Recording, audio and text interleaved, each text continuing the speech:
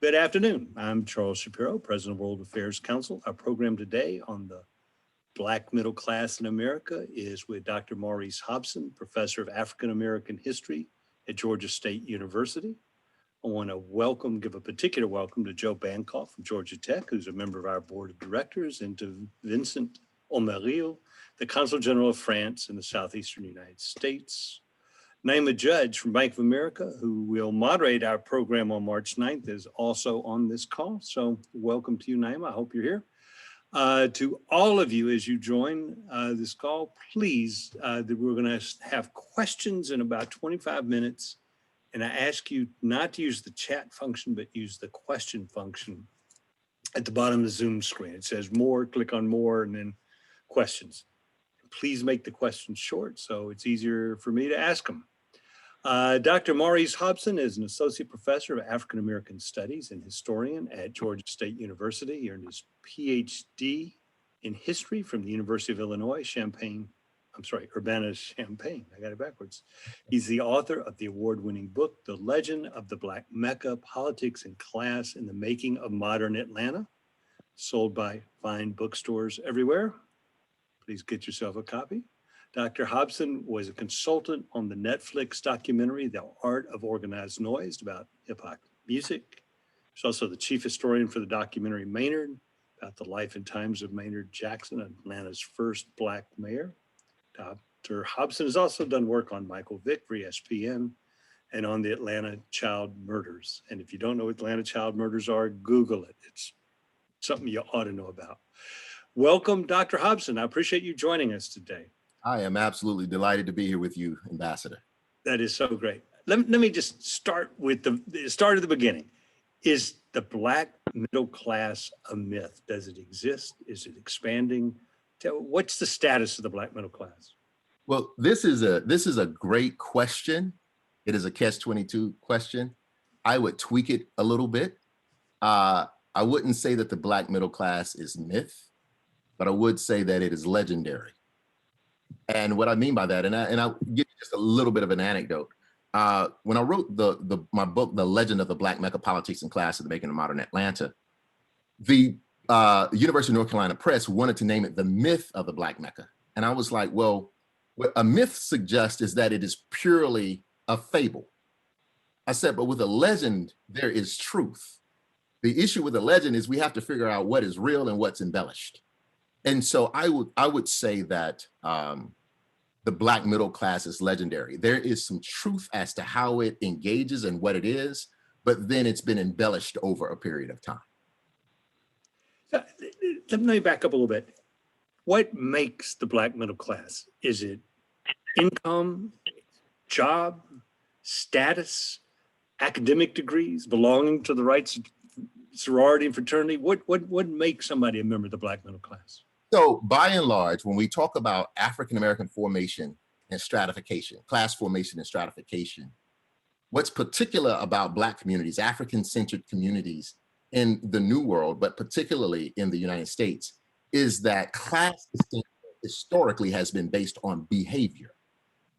It is behavior that is similar to white America, the American mainstream. And so it's not about income. It's not necessarily about entrepreneurial spirit. It's not about economic empowerment all the time. What it's about is, and the way in which it's seen often, is to have the markers of what is known in the book, The New England Mind, as the puritanical values. It's an idea about what things are. And the interesting thing about, class politics, I mean, if we study Karl Marx and you understand, the Black elite, you understand the elite, the bourgeois, the petty bourgeois, the proletariat, the lumpen proletariat, all of that works when everyone looks the same. But when you put, 500 years of discrimination and racism, I use 1526 instead of 1619. You then have to layer it somewhat differently because we cannot forget that period of time that has oppressed Black people. Wait, why 1526? So the argument is that folks who use 1619 as the, well, let me back up. The first Africans actually arrived on the shores near Savannah in 1526. It was more Spanish and Portuguese settlement. And what happened is the Spanish leave, to go back to Europe or do more exploring. And when they come back, they can't find the Africans that they left. It's believed that they were absorbed into the indigenous communities. The 1619 is really more privileging English-speaking England and English-speaking countries. And so, if we know anything about, the Caribbean, South America, and the whole piece, is not everyone speaks English. And so there are many scholars that would argue that 1619 is almost 100 years after the Spanish and Portuguese have been dominating, the Caribbean, what we know of now as the Atlantic world, the Black Atlantic world. Fair enough. I would happen to agree with you on that. So let me, when we talk about the Black middle class, is that similar across the United States, whether you're talking, LA, Atlanta, Boston? Are there differences? When you talk about the Black middle class? I think the American South has a particular role in it. I mean, you cannot study race relations in the Western Hemisphere without fully wholeheartedly engaging the American South, which was the harbor for American chattel slavery. You can't do that because, unlike other forms of slavery in other countries, the United States made it purely be about chattel and production. So it was a capitalist enterprise. And as a result of that, we see laws, we see the political economy of the American South that emerges, and we see laws that are developed as a result of that. So I'll give you an example of something. In 1860, on the eve of the American Civil War, Mississippi was the richest state in the United States. Between Louisiana, Mississippi, Alabama, and Georgia, they produced, I think, 71 to 75% of the cotton produced. That in that year's time, nationwide, cotton alone, just the cotton, not the ships, not the railroad tracks, not the cotton mills, was worth in what's today's terms as $126 billion. So when the Civil War is fought and the Union prevails, you begin to see how these states lose these economies, but the elite stay in power and they remain wealthy. And so when we begin to talk about that, I understand the money and how the money plays into the politics, and we begin to look at what discriminating policies are created for state constitutions, we have to really consider the American South. Okay. Now, help me with this. I suspect I'm 2 generations older than you. I grew up in Atlanta. When I left to go to university, Blacks were leaving the South. It was a place you tried to get out of. And now Blacks are moving to the South and moving to Atlanta. What's happening? What's going on here?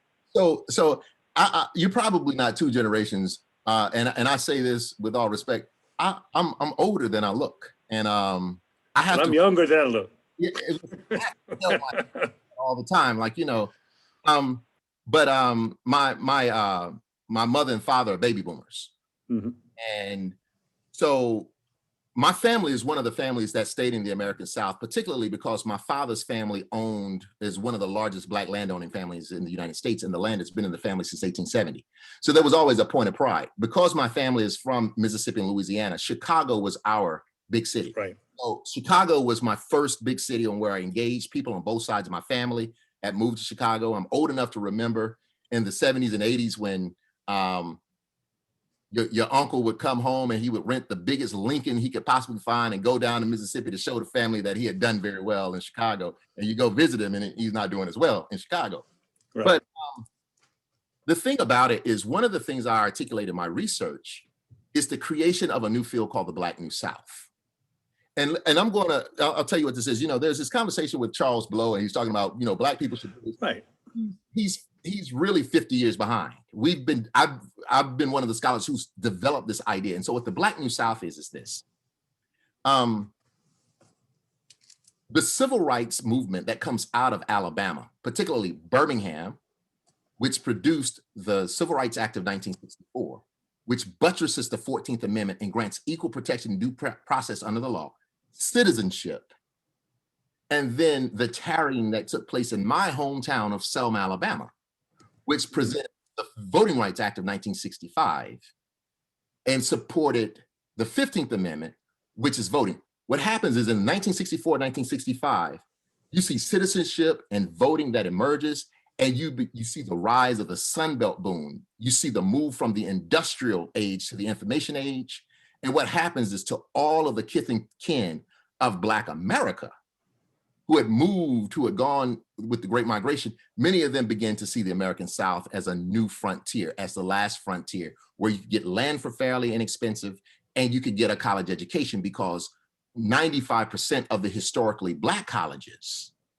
are in the American South, and folk have kith and kin. So when we begin to talk about that, and then you have to couple in something like, with Atlanta specifically, a Maynard Jackson who is able to push, 35% of all city contracts to minority contractors to bring in economic accessibility in terms of city contracts, and creates the affirmative action gold standard for public and private sector.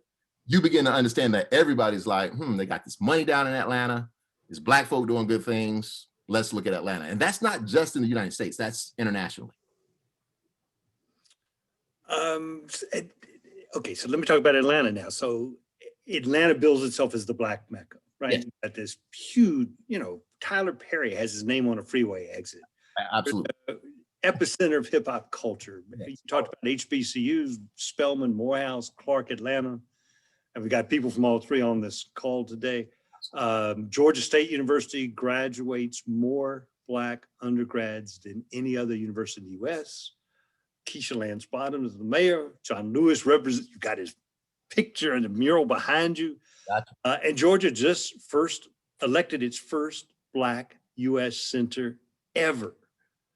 So is Atlanta a Mecca? I mean, are we as good as we're saying we are? Well, we are unique. We are unique. Let me give you a little bit of data on something before I jump in. Well, let me say this.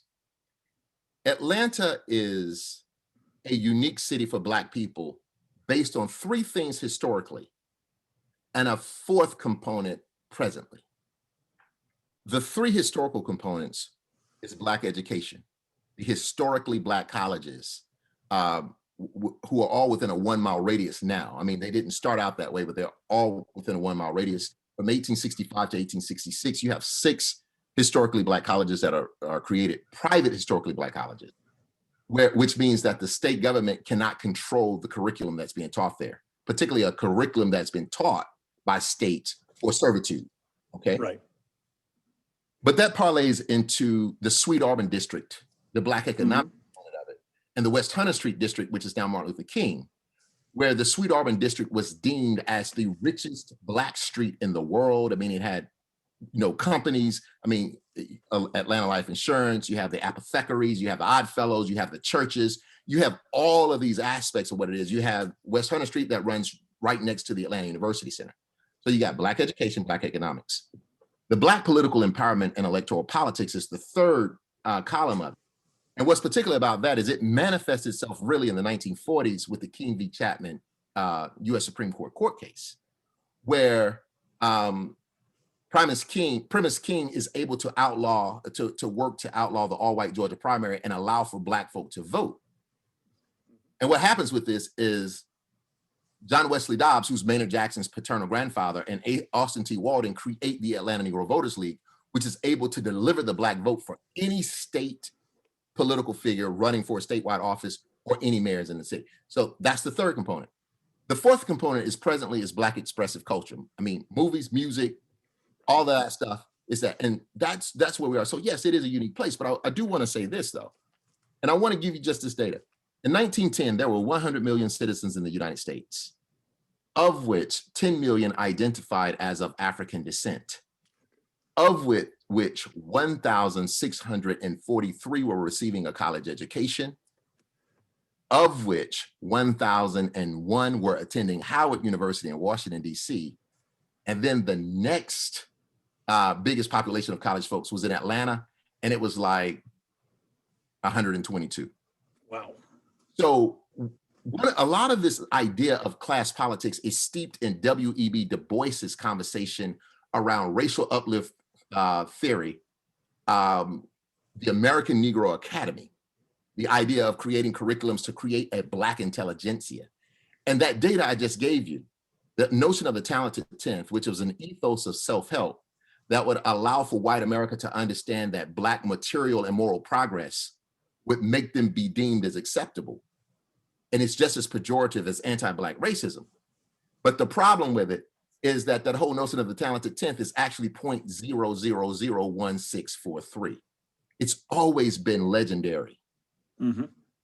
And so, yes, we have something special, but Atlanta also has the largest homeless population, has the highest predatory lending practices, has the highest incidence of militarized police encounters. The demolition of Atlanta's public housing and the displacement, disfranchising, criminalization due to what I call the Olympification of a city like Atlanta. We also had a cheating scandal that failed a generation of Black and brown children. Oh, yeah. So when we begin to talk about this, I mean, Atlanta is a unique place, but we can't expect for Atlanta to do Atlanta does the bare minimum of what is needed for Black America, and then give Atlanta a pass as if it's done something phenomenal. So listen, I grew up in Alabama, and I'm not trying to move back to Alabama. I love this city, but I can be critical of it because I'm interested in really promoting ideas around how all people can enjoy full-scale civil and human rights. Is there a schism between the Black political elite and the Black urban poor? Yes and no.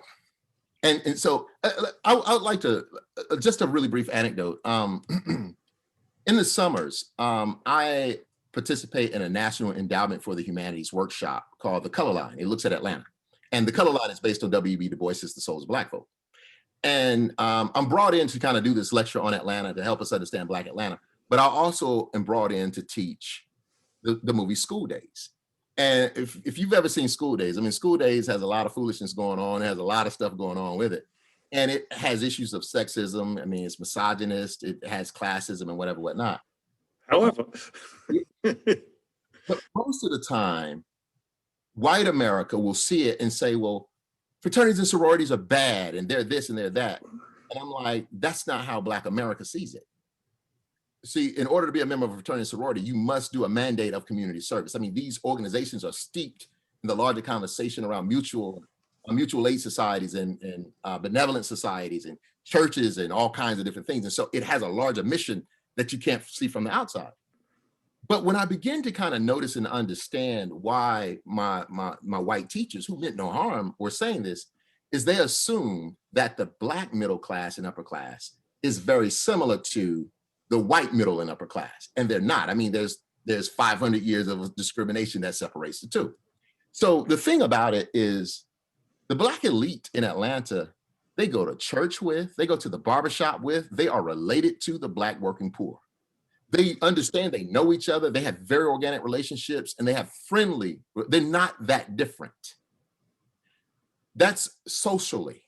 But when we begin to talk about, the politics, when we begin to look at policies, when we begin to know and understand that, that's where you see that real division. And so it's a yes and no question. I think socially, and particularly with the restraints of segregation and discrimination that we witness, Black people live amongst each other. I mean, in Atlanta, Ponce is the line of demarcation. What's north is usually white, what's south is usually Black. And you can see that from all of the mayoral elections and the ways in which, folks vote, particularly in terms of race and ideas and all kinds of different things. What do you mean by the Olympification of Atlanta? Can you talk about that? Because so many people speak so positively, that the Olympics was the turning point for Atlanta. The Olympics put Atlanta on the map. And I assume that by using the Olympification, you've got a less than positive view of the Atlanta Olympics. Well, let me say this to you. I worked for the 1996 Olympics. I was 20 years old. I worked for Coca-Cola, where my job, I played college football. My job was to put soft drinks and Gatorade or Powerade, one of the two. I had to put them in ice coolers. And I made $3,000 for working for the Olympics. I mean, that was a lot of money back then. I mean, it's a lot of money now if you just think about it and you needed some cash. And so I was in the stadium when Ali lit the flame. I was in the stadium when Michael Johnson wore the gold shoes. It was fascinating. I was in the park. I was on the other side of the park when the bomb took place with Eric Robert Rudolph.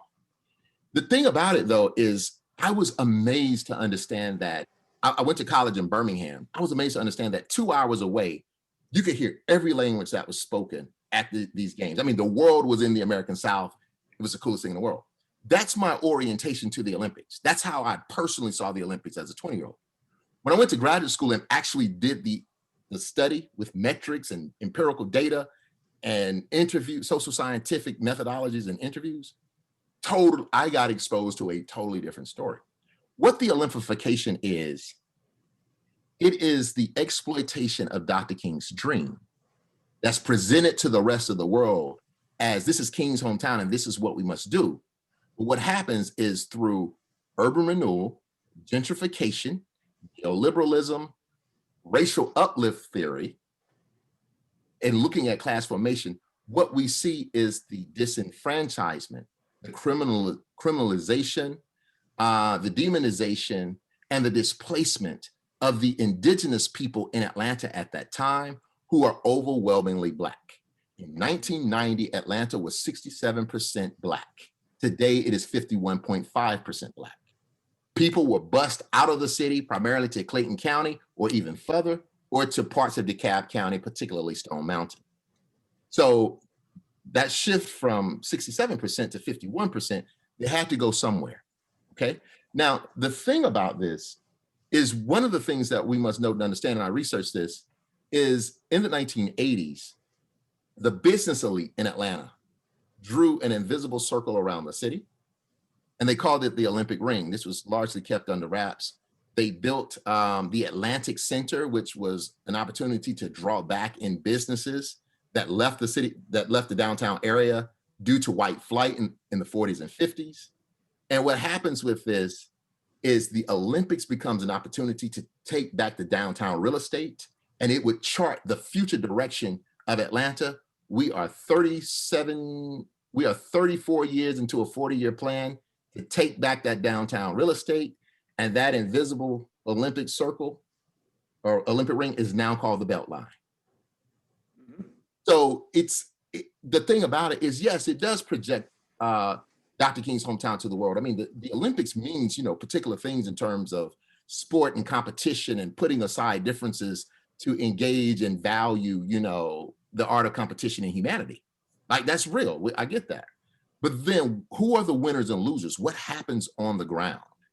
And the thing about it is we see the militarization of the police during that time with the creation of the Red Dog Police.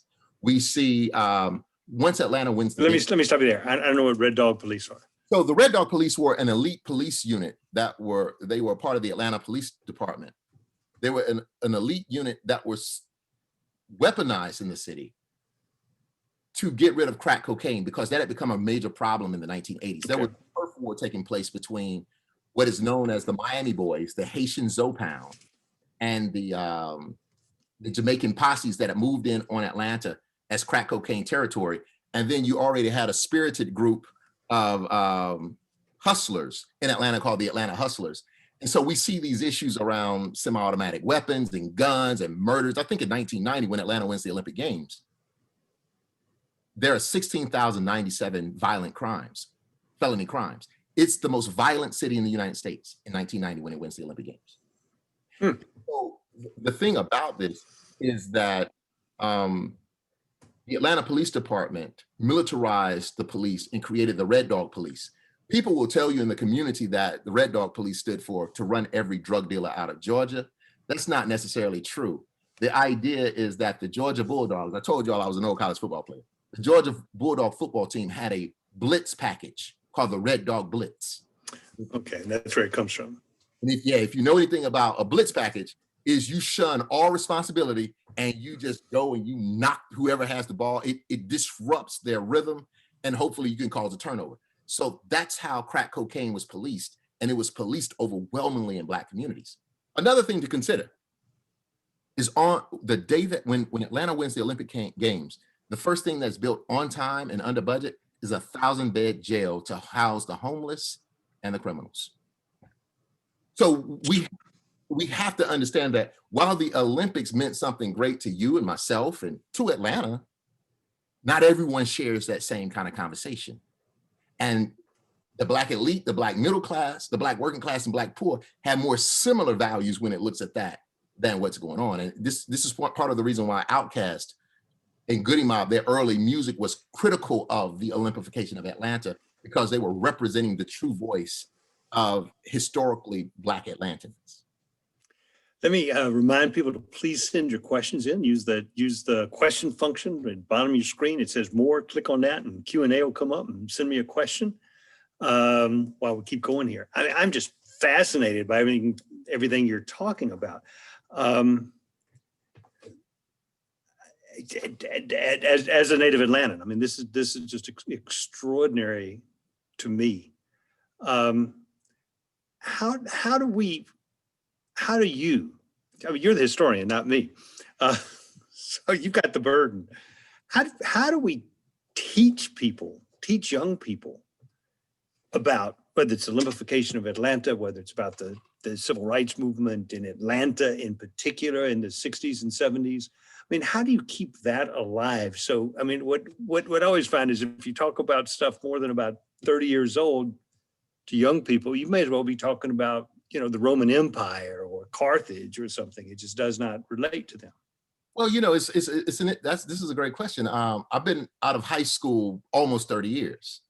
And it's strange because I still think of myself as being somewhat young, but they let me know that I'm not as young. Well, I let them know that I'm not as young, meaning that they have a whole different set of values than me. Not in a bad way. I'm just, you know, things I'm not concerned about, they're concerned about. But the thing about it is this, and I have to be careful about how I say this. You know, our young people today are really smart. And not only are they smart, they've been exposed to a lot. They have access to a lot of information at their fingertips. That wasn't the case for you or I. When we had to write a paper when we were growing up, you had to go to the library, you had to get a stack of books and have sticky notes. You know, that's not who they are. What I've learned is that it's difficult to get students to read these large, and I'm talking to historians when I say this, these large volumes of people who are publishing journal articles in these obscure journals or writing these books. Hey, people are not, they don't have the time to do that. We live in a world to where you can be on a Zoom call all day, you know. So we have to break it up into sound bites, to days at the museum. We have to break it down into documentaries. We have to bring it to them in ways that that's palatable and can be done in shorter increments, which will then spawn their ideas about what it is that they should really dig deeper and learn about. That's one aspect. Another thing that we can do though, and this is something that I do with every class that I teach, I make my students go to the archives.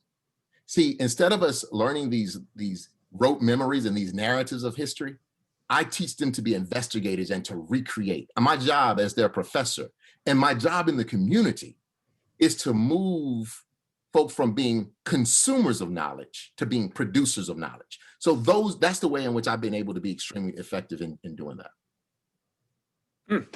That's great. So, I mean, you mean the Georgia archives, or you mean go to newspaper archives? Where the archives of churches? Where are you sending your students? We send them everywhere. I mean, I want to give a special shout out to the Auburn Avenue Research Library. There is so much African-American history in that archive there. I mean, from Atlanta Life Insurance to Andrew Young's papers. I mean, it's so much that you can write 1 million Black history books out of that archive. The Georgia archives has been wonderful to me. Georgia State University has an actual great set of archives. In particular, they have all of the digitization of the Atlanta Journal-Constitution pictures. Mm-hmm. It's great stuff. They have the labor archives. Emory has an excellent set of archives. The National Archives down in Morrow, Georgia are great. I'm known at every archive in the city of Atlanta and across the Southeast because I do Southern history, the Global South. And there is nothing that is quite like the discovery of something. Again, I thought I knew Atlanta. I worked for the Olympics. I mean, Atlanta was great. And in my generation, when you graduate from high school, you just go to Atlanta, you can make it. Well, I got a rude awakening when I actually began to study Atlanta. So my understanding of Atlanta is not negative. It's just kind of like I was awakened by the information that I was able to produce too. Wow. Okay, the questions are coming in. So let me start asking these. This is from Shirley Smith. So speaking of archives, where can we find more information about 1526 and the first Africans in Georgia? Are there other states, I mean, I assume in Florida as well, where African slaves were brought by the Spanish and the Portuguese? Absolutely. And I must do something before I jump into that. The Atlanta University Center archives, the Robert Woodruff Library, that archive, Club Woody has been a stalwart in my research. So I got to remember them. But so how you can find out more about that? I'm a member of an organization called the Association for the Study of African American Life and History. It was founded in 1915 by Carter G. Woodson, who is the father of Black history, created Negro Achievement Week, which then becomes Black History Month and the whole nine. And one of the sessions that was put forth in the most recent Asala conference, which is virtual, and you can Google this and find this, it's a conversation around the 1619 Project. So, and there's no disrespect to the 1619 Project. I mean, it's useful, but the thing about it is Black America has to stop just looking at itself as Black America and understand that we are one of the stops of the larger Black populations. You know, what metropole do we, look to? So, I mean, most of the enslaved Africans brought from the Middle Passage went to Northeast Brazil. The next largest is in the Caribbean. And then it's the United States, and we're late to the game. And then we have the international slave trade that is outlawed in 1808. But you have the smuggling of Africans in after that. So you got all kinds of different things going, right? And so if I were you, I would Google the ASALH Conference 2020 and look up the 1619 Project. My good sister, Jessica Marie Johnson, who does excellent work on New Orleans and the Black Caribbean world, the interface between Black America and the Caribbean in particular ways, does a great talk on that. Michael Gomez and Exchanging Our Country Marks does an excellent job on that. And so it's one of those things to where that's where you can find out much more information on that. That's great. One of my former students from the MBA program at Georgia State, Faustina Brooks, asks the following. She says, I am a descendant of freed slaves. And she's born and raised in Monrovia, Liberia. Yes. She's been in Atlanta for 35 years. Her great-great-grandfather was born in a town called 96, South Carolina. Benjamin Mays' hometown. And returned to Liberia as a freed slave. How do we help teach Blacks and non-Blacks about their African heritage? How do we get young people to be more interested in their history and their contributions to America? Thanks for the question, Faustina. Absolutely. Listen, that is a great question. So the thing about it is, and I don't want to say it like, hey, come take my class, because we study that quite a bit. As a matter of fact, the interesting thing about Georgia and South Carolina, now I'm a Mississippi, Louisiana guy who grew up in Alabama. So my beach is the Gulf of Mexico. That's my blue water beach. But I live in Georgia now, and you got to go to Savannah, or you got to go to Hilton Head and do all kinds of different things. So it's a different kind of Black community here, but they're similar. One of the things I teach a class called the History of African Americans in Georgia every fall, and we look at the Georgia, South Carolina Low Country, the Geechee Gullah, and how they were able to preserve their Africanism. And one of the things, we watched this documentary where they talk about the Africans that go from Georgia and South Carolina back to Liberia, as a part of the Monroe Doctrine, and this idea of I'm blanking on the word, but there's a term that is used to where Black people are going back. It's a part of the abolitionist movement. It'll come to me in a minute. But what's clear about this is you begin to see how the Geechee Gullah influence. Geechee Gullah is based on the term Kisigola in Sierra Leone, Liberia, Ghana. It's an area called the Kisigola. When it's anglicized, it's Geechee Gullah. It's interesting to see how that pidgin language of English has reemerged from South Carolina and Georgia, reemerged in Africa in this particular place. So this film that I often show in my class is called Family Across the Sea. And you have these Georgia, South Carolina Africans that begin to engage these Africans in Sierra Leone and Liberia, and they begin to talk. And the Africans are looking like, how do you know how to talk our language? And they have that conversation. So what I'm saying is that you have scholars and historians out here who are really promoting this idea of a Black nation outside of the boundaries of actual nations. and how we're bringing that together. And part of what we're able to do is that the Center for Studies on Africa and its Diaspora that I work with at Georgia State University, this is one of the things that we're taking on. And so we have full-scale programming and ideas, and we have proposals and conversations out there that are really trying to shore up the issue around history that you're discussing. Okay, Lee Pascal asked a question about the Beltline. I mean, you know, because the Beltline, everybody's so proud of the Beltline now, but what you're saying is that the Beltline is the same thing as the Olympics in that line around. I mean, it's being forced out by high real estate prices. I mean, can you talk about that a little more? So what the Beltline is it's the manifestation. It's the 40-year plan, the manifestation of the Olympics. And as a result of that, yeah, I mean, everybody is proud of the Beltline. I mean, you can ride your bike. You said you ride bike. I ride a bike too. I ride around the rivers around my house. You can walk. Really cool eateries. I mean, you got all kind of cool stuff that's happening, right? But then you think about it. I mean, the areas in which the Beltline are, particularly on the east side, I mean, that's little Vietnam. These are some of the most destitute areas that were Black. And now, because of urban renewal and gentrification, due to the Olympics, we see these skyrocketed rent prices. I mean, they're selling $500,000 bungalows in Vine City, English Avenue right now.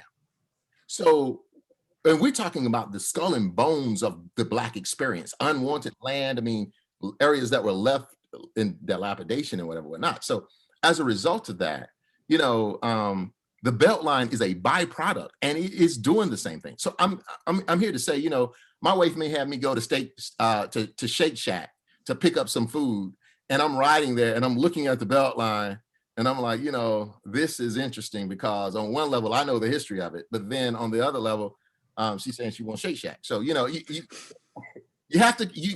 There is a real there is a real clashing of the soul when you have to think about these things. Yeah, it's tough. I mean, and it's not just Atlanta. I mean, this is absolutely. This is a phenomenon around the world, but particularly the United States. Trevor Williams, who publishes Global Atlanta, asked, pre-Olympics, what were the factors that allowed downtown to fall into disrepair in the 80s and 90s? You know, Sweet Auburn Avenue had already declined by then. Yeah, I would say the 60s and 70s. Okay. I would go there. So there are a couple of things that took place with this. First and foremost is when they put the expressway 75-85, that displaced 10,000 Black people, that displaced Black businesses. I mean, when you displace people, I want you to think about it like this: is if you live in a community and for 50 years or 150 years, let's just say for 50 years in 1970, you could walk to your church, you could walk to the grocery store, and if somebody died in your family, you could call down the street for a funeral home to come and pick up the body, and the whole community who knew this person could go and see the body and whatnot. When you have displacement, all of that is done away with. So communities are just broken. As a result of that, the issues around, part of the issue around the debacle or the dilapidation of the Sweet Auburn district was in part what is called integration.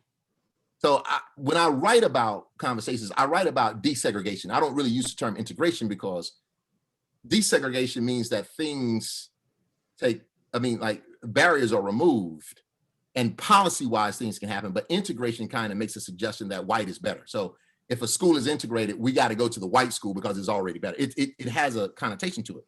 But the thing about it is part of the reason that the Sweet Auburn district was able to thrive was because of segregation, because you had Black businesses that had an all Black clientele. And they had no choice. They had no choice. You could bank on these Black businesses doing so. When things are integrated, you open the market in particular ways. I mean, we see it also take place with our historically Black colleges. We see our historically Black colleges had the best sporting programs, best academic programs, and then with integration, and you can go to Georgia State and it's cheaper, or you can go to the University of Georgia. Your experience may not be great. I mean, you may deal with racism there, but it has a more expanded curriculum. So that's a part of it. Another part of it, though, is that there's a part of the Black upper middle class that does want to imitate the white upper and middle class. And they wanted suburban life, much like the generation prior of white flight had done. So you have Black folk that just kind of abandon where they are. You also have issues around, there's some that believe that Black folk in Atlanta had made it. Black folk in the United States had made it because of the Civil Rights Act of 64, the Voting Rights Act of 65. And as a result of that, they became laxed. So it's a series of things. I mean, there's a policy issue in terms of displacement and discrimination, but there's also this move of Black people from the city to the suburbs. And then we have, a failure on some Black communities to keep up properties and all kinds of different things.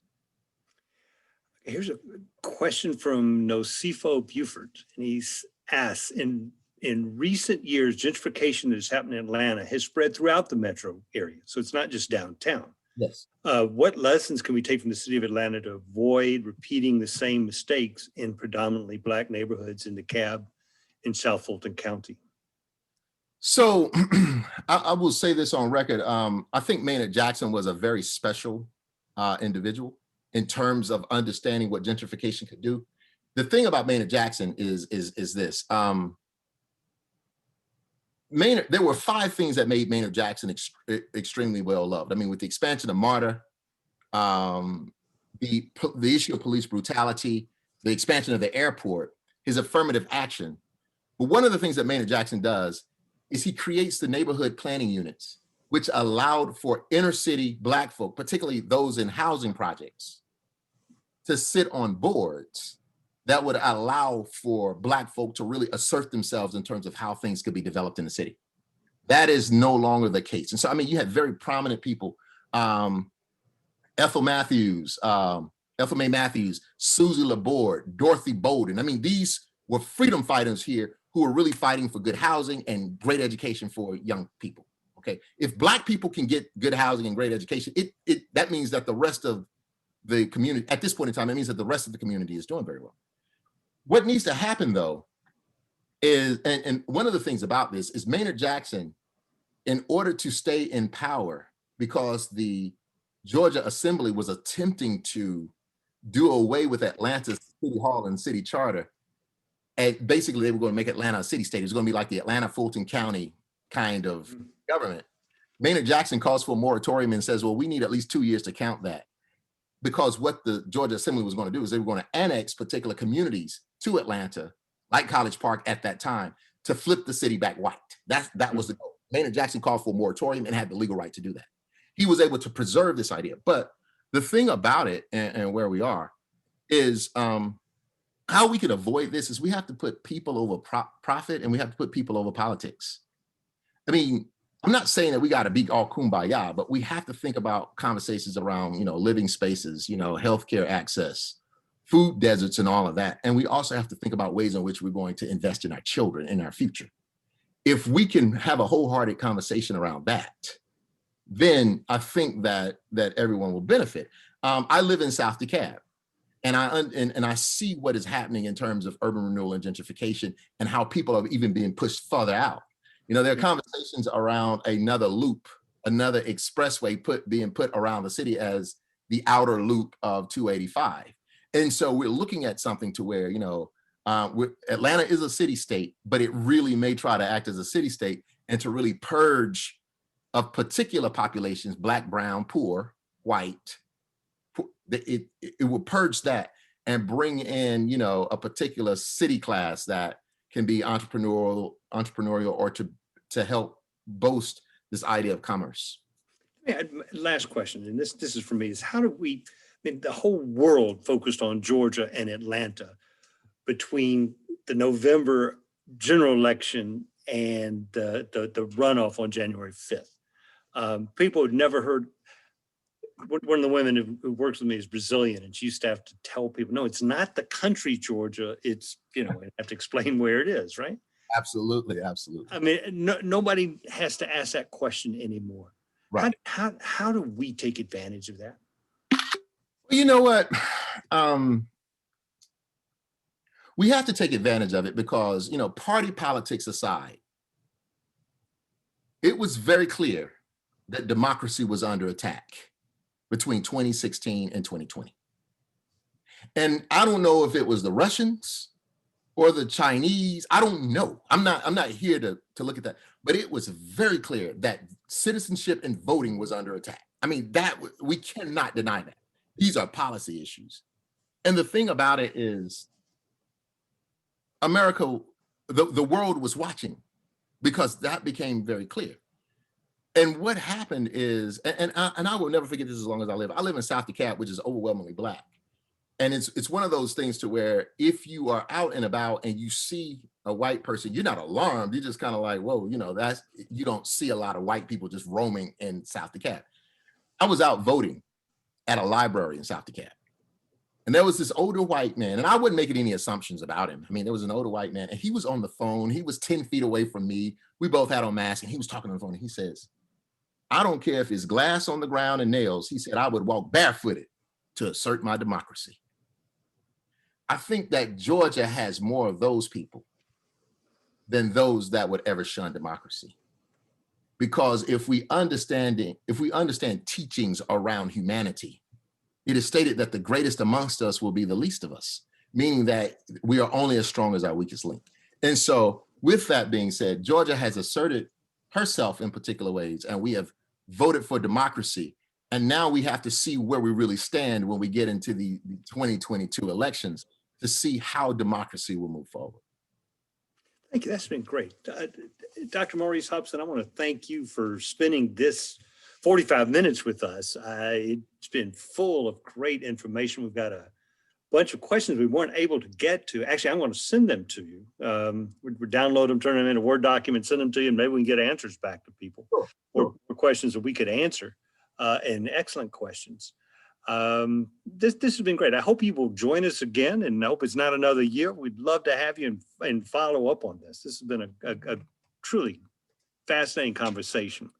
To everybody in the audience, I've got two requests to y'all. Number one is join the World Affairs Council. These Zoom programs are free, but we have to cover our costs. So I hope you will join the World Affairs Council of Atlanta. And number two, subscribe to our YouTube channel. We're going to post this conversation probably within the next hour on our YouTube channel, and you can find our other speakers as well. Great programs, and please go there and look and see what we've got. Next Tuesday, we've got a program. It's on March 2nd. It's part of our leadership series with Ambassador Capricia Marshall, who was the chief of protocol of the United States during the Obama administration. And what she's going to talk about, and I think it's going to be really interesting, is entry strategy for a new president of the United States, for a new CEO of a company, for a new president of a university, for the leader of an organization. What are the skills? What do you need to do when you've got a new leader coming on for those first few months? And also she's going to give us an evaluation of how she thinks the Biden administration has done thus far from her perspective as a former chief of protocol. I want to thank Val Lopez DeFrank, who's the producer of these Zoom programs, and Laura Brower, our assistant producer. And I want to particularly thank Fernanda Lucchini Ishihara, our executive director, who makes all of this happen. I'll see you next Tuesday with Ambassador Capricia Marshall. Dr. Hobson, thank you again. We had one question. I'm gonna let you think about this. I'm not gonna let you answer it. Somebody, where can I see your classes on? Are they recorded somewhere? Because can I find them? Hey, tell them to shoot me an email. Okay, it's a deal. That's great. Thank you all. Everybody have a great afternoon. I hope to see y'all Tuesday. Bye-bye.